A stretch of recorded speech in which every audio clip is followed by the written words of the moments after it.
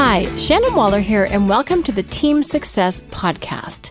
Today, what we're going to talk about is really an excerpt from Multiplication by Subtraction, my book on how to gracefully let go of wrong fit team members. This is part of our mini-series, number 4. Last time, we talked about some different clues or symptoms of when you might need to make a quote-unquote subtraction.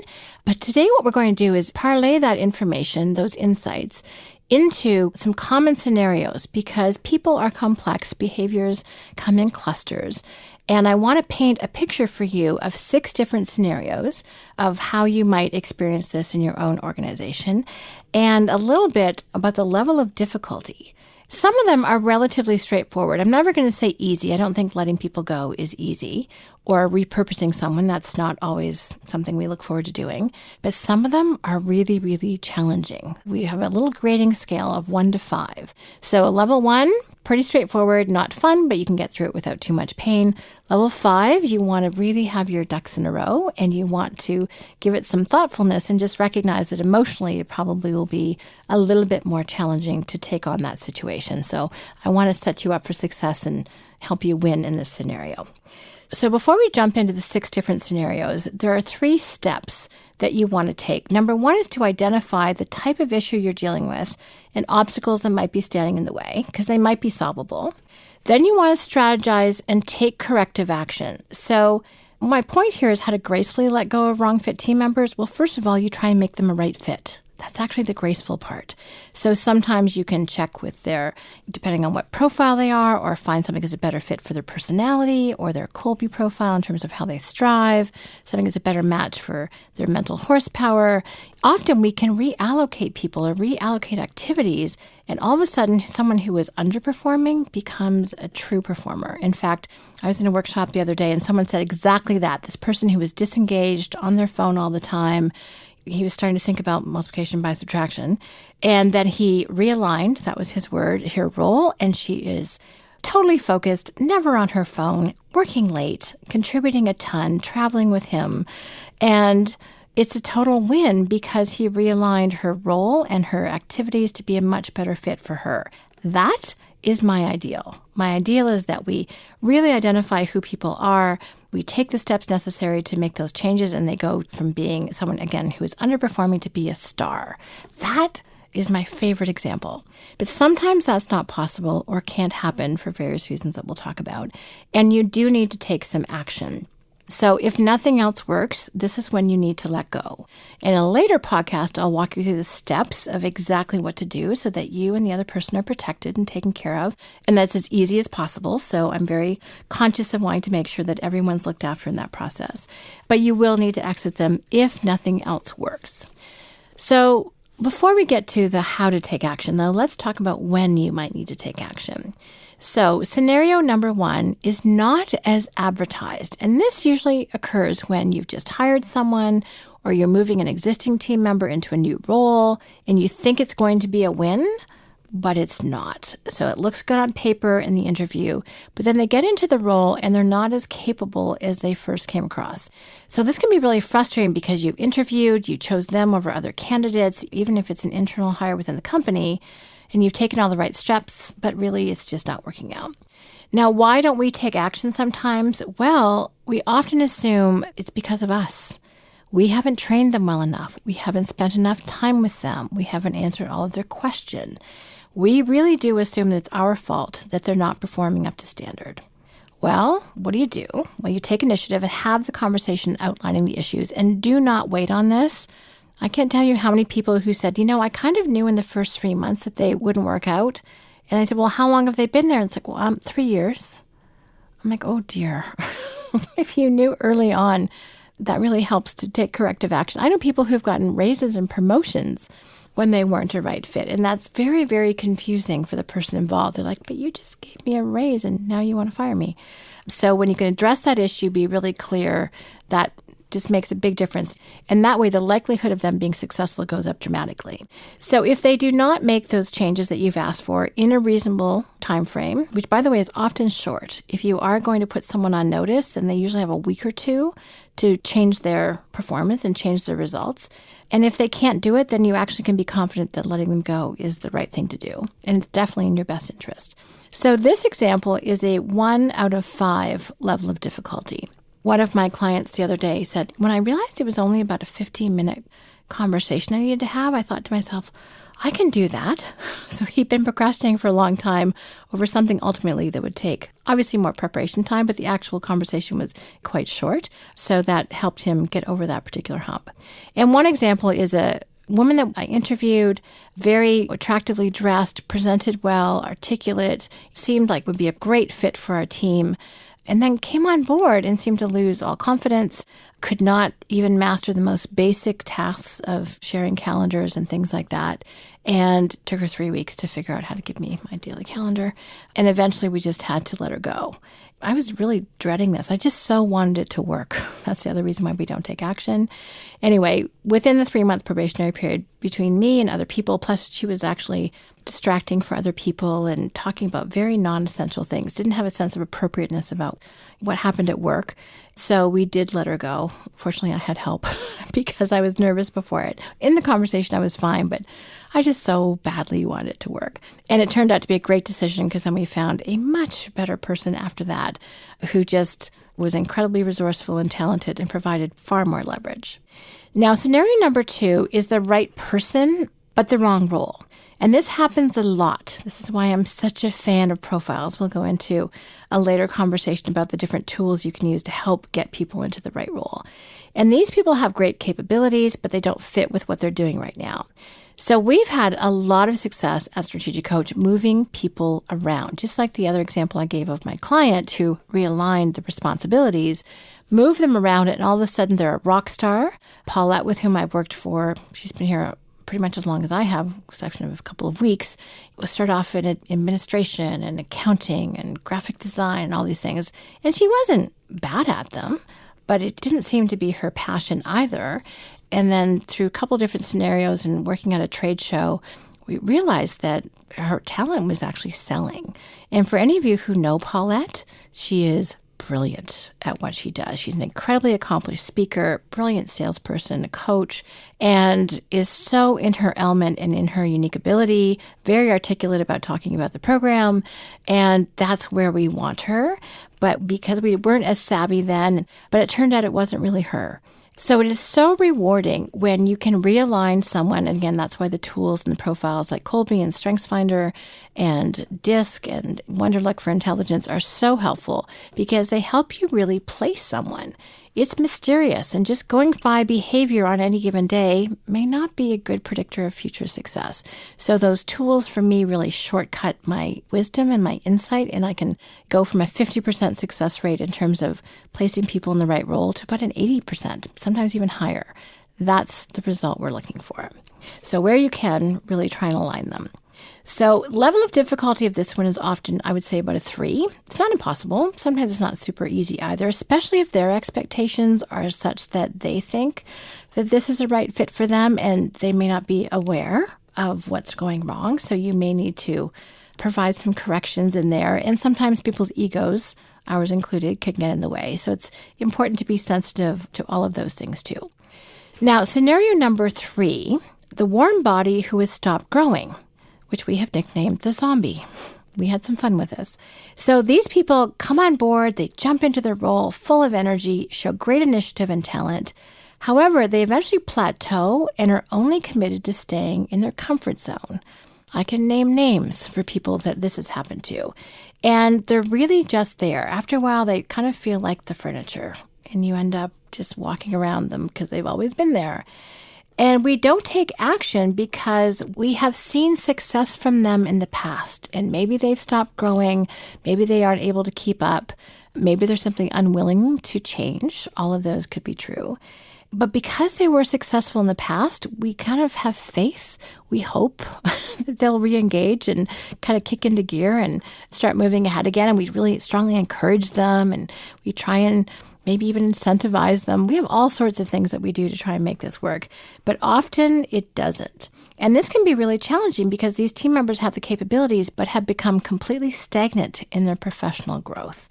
And their unwillingness to succeed and take on new responsibilities and challenge at a basic level is expensive. It causes friction and drag.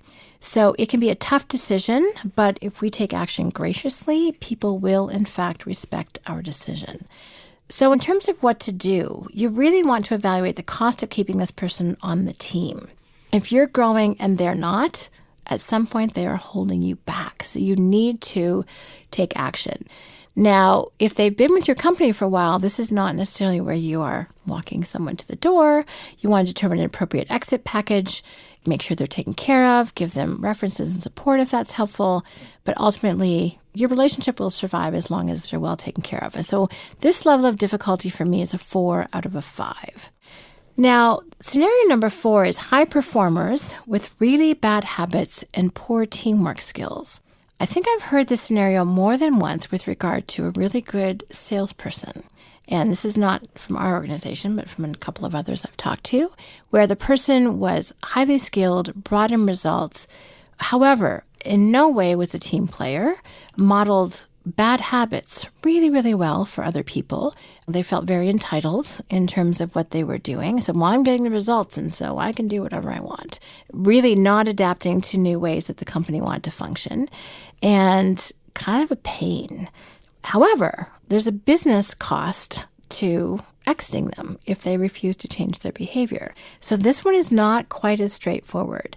I know of people who don't show up on time, they communicate poorly, they're harsh with others, they're demeaning to other people, there's a lack of accountability, but sometimes they have really strong outside or what we would call front stage relationships that bring in a lot of sales. So it looks very expensive, at least in the short term, to let them go. So this is problematic because they're aware of the value that they're creating, and they often hold that over you. It's like, well, you need me. And sometimes that's true. You may need the cash flow or the revenue or profit that's coming in from them. So the reason why we don't take action is it can feel very expensive to let this person go, and it will feel like your bottom line will suffer without them. So here's what to do, at least in my experience, is see whether or not they're open to coaching. And it may take some intense coaching because if they're not self-aware, that's something that's going to have to increase. And they're going to have to be willing to be open, and especially to some feedback that they so far have been closed to. So if you can intensely coach them and they're willing to shift and grow and they see a bigger opportunity for themselves, fabulous. That would definitely be the route to take. But they need to acknowledge that they're doing something wrong. And at least with one person that I've coached, they were unwilling to do that. Again, paid lip service, but were absolutely refusing to fundamentally shift their mindset about how they were working with other people. Now, fortunately, in my case, this person chose to leave, but that was before we did something about it. So again, you want to pay attention to that. Here's the cost, though, to your company. By not dealing with the situation and by putting up with poor behavior, you need to recognize that you are sending a message to the rest of the team. You get what you tolerate is an expression, and you have to figure out what's most important. Are you willing to go through the short-term pain of exiting that person? Perhaps there's a dip in terms of revenue or results before you can find someone who not only can produce those results, but that actually will help the team grow and expand and elevate the entire level of your company. You have to ask yourself, how much do I value behavior and teamwork and showing up on time? What's your priority? If it's money, then keep them.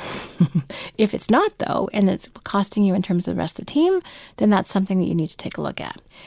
In my estimation, I find these people very expensive, both short-term and long-term, and front stage and backstage. So if the person isn't willing to change, then you'll need to let them go.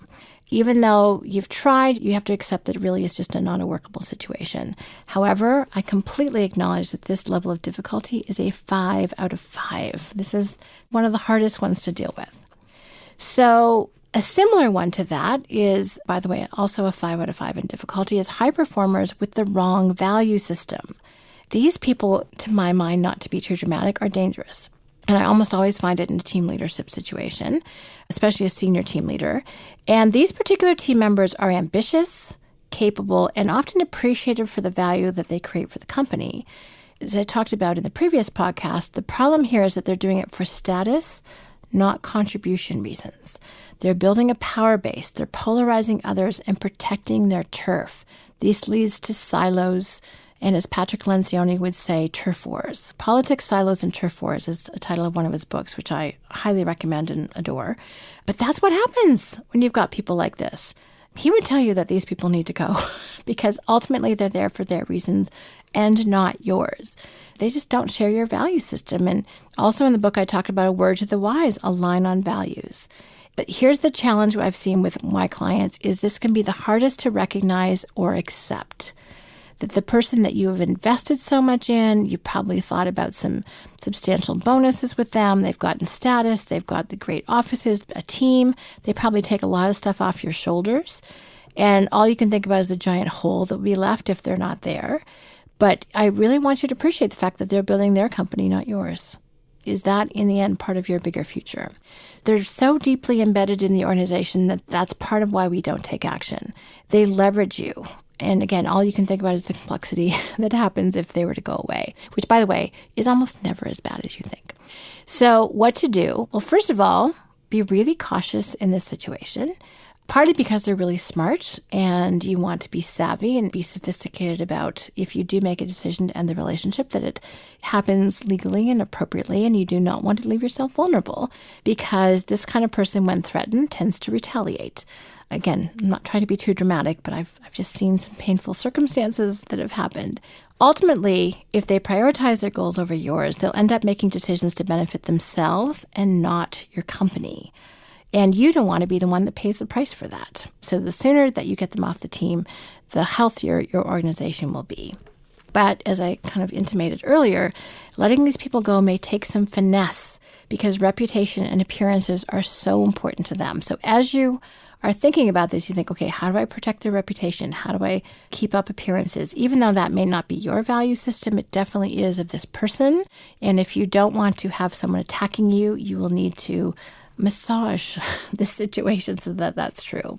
So a couple examples, if they're a partner, you may need to buy them out. If they're a longstanding team member, considering whether or not a generous severance package is a possibility. In the long term, it will cost you less, reduce stress, and give you much more peace of mind. Again, part of why I wanted to talk about this is because I've talked to so many people after they've let this person go, and it was so much better than most people's fears had them be worried about.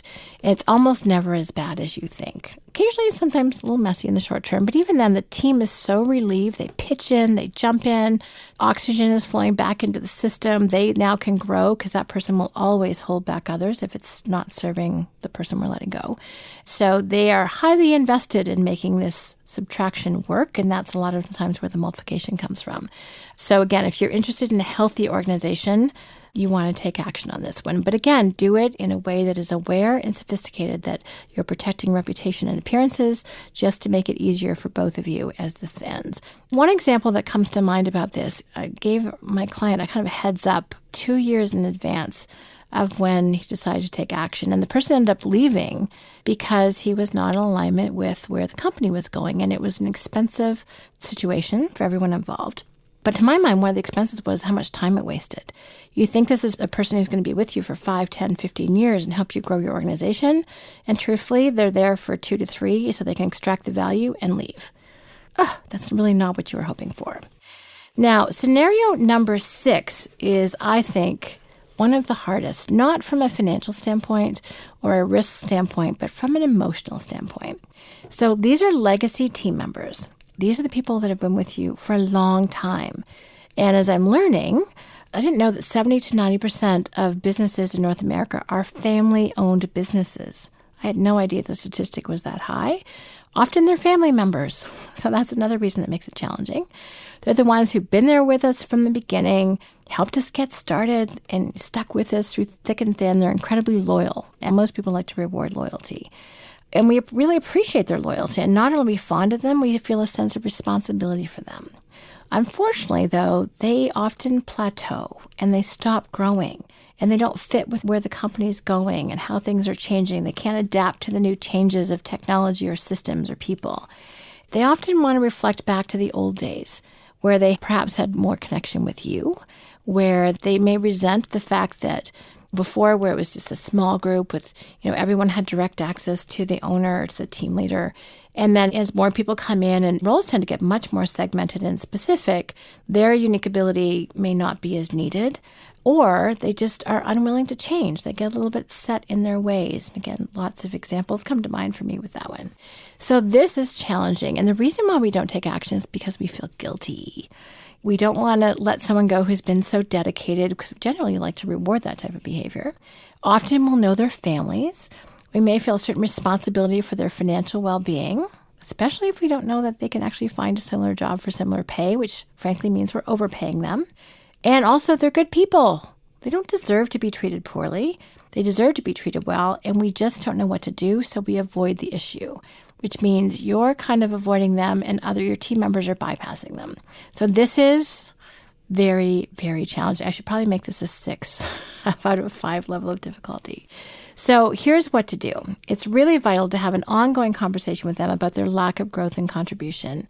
And they're not comfortable conversations, but they need to be honest conversations and straightforward and forwarding. The whole point is to help them be more successful. They're not meant to be straight critical conversations. They're usually aware that things aren't working, but may not know how to go about making those changes. So sometimes you can counsel or coach them into that.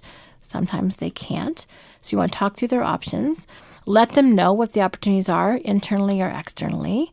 And then if you can help steer them gently where you want them to go, all the better. When it's clear that their future is elsewhere, give them a time frame, for example, 3 months, to find another opportunity, and feel free to help them. You do not need to be cold. You don't need to emotionally distance yourself. You can be very, very supportive because you do want them to be successful and to win. It's just not in your company anymore. So feel free to reach out to your network, provide great reference letters, give them time for interviews. However, once the agreed upon time limit has been reached, follow through and say goodbye. In the example that I give in the book, it had actually been known for quite a while that this person wasn't a right fit any longer. But again, that sense of responsibility. And what happened was gave this person time to go and find a new role, and they still hadn't done it. So at the end, had to actually execute on the time frame because this person had stopped taking any initiative to make a change. It was just about maintaining the status quo. So they had to actually commit and take the action because the other person wasn't going to. So the reason for me outlining these scenarios is because I want you to appreciate that there are emotional factors, there are psychological factors, there are financial factors that influence our ability to take action on these things. But I hope that through hearing about them and thinking them through, you start to realize, oh, okay, I've experienced that one. Oh, that's kind of what I'm facing right now. If none of them resonate, great. That means you don't have any issues, but certainly talk with other people in your organization to see if they're experiencing any of that. So in terms of taking action, I just want to set you up for one of our next conversations is, again, I've kind of figured out that through all the different scenarios and situations that happen, that they fall into 3 common areas. So number 1 is where someone's abilities are no longer a right fit for the company, and you're going to work with them, because you like them, to help them find a new opportunity for which they're better suited. So again, this is where you provide the reference letters, introductions, time to go on interviews. And it can happen over a period of months and is very collaborative. So it's not abrupt. Again, this is the graceful exit. Number 2 is you make the decision that someone needs to leave, but they've been with you a long time and you respect and appreciate their contribution. So this is kind of the saving face option. So in this situation, they agree to resign. You have the conversation, it's not working, so it's going to end. And sometimes you say, unless you resign, it will be the other alternative in terms of us letting you go. But they actually have the opportunity to send out the communication to the team, state that it was their idea. I know people who have, for various reasons, needed to leave the organization. It wasn't necessarily their decision, but they were still committed. They felt responsible, and they helped wrap up their projects and pass it on to the next person, which was actually a very gracious way to end something.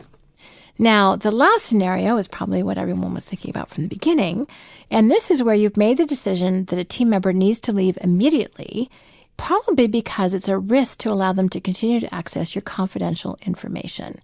One of the things that we're so clear on is that everyone's got security, your database is protected, your financials are protected, but once someone's through the locked door, we trust them. So if someone has access to that information and they could do it from outside your building, then you change all the codes and you have to do all that kind of thing. And if you think someone won't respond well, you need to protect your company, in which case it needs to happen really quickly.